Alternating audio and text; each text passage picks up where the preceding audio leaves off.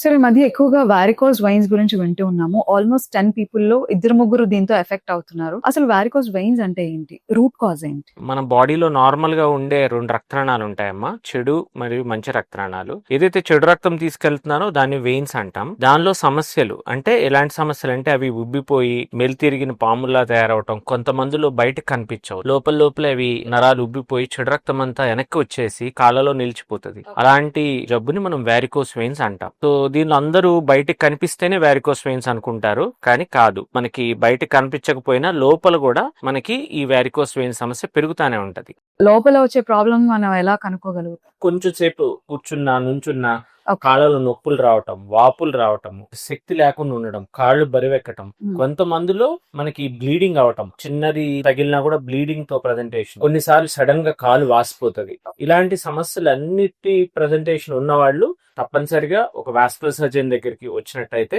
మనం ఒక Doppler scan అని చేసి చూస్తామమ్మా. ఓకే. దానిలో లోపల ఎంత ఉబ్బులు ఉన్నాయి అనేది మనకు తెలుస్తుంది. అండ్ మోర్ ఓవర్ ఎంత ఉబ్బులు ఉన్నాయి అనేది కాకుండా రిఫ్లెక్స్ అనేది కూడా చూసుకుంటాం. అంటే చెడు రక్తం వెనక్కి ఎంత వస్తుంది అనేది కూడా మనం గమనిస్తాం. So okay. దాని వల్ల మనం వారికోస్ వెయిన్స్ సమస్య ఎంత తీవ్రంగా అనేది మనకు అర్థమవుతుంది.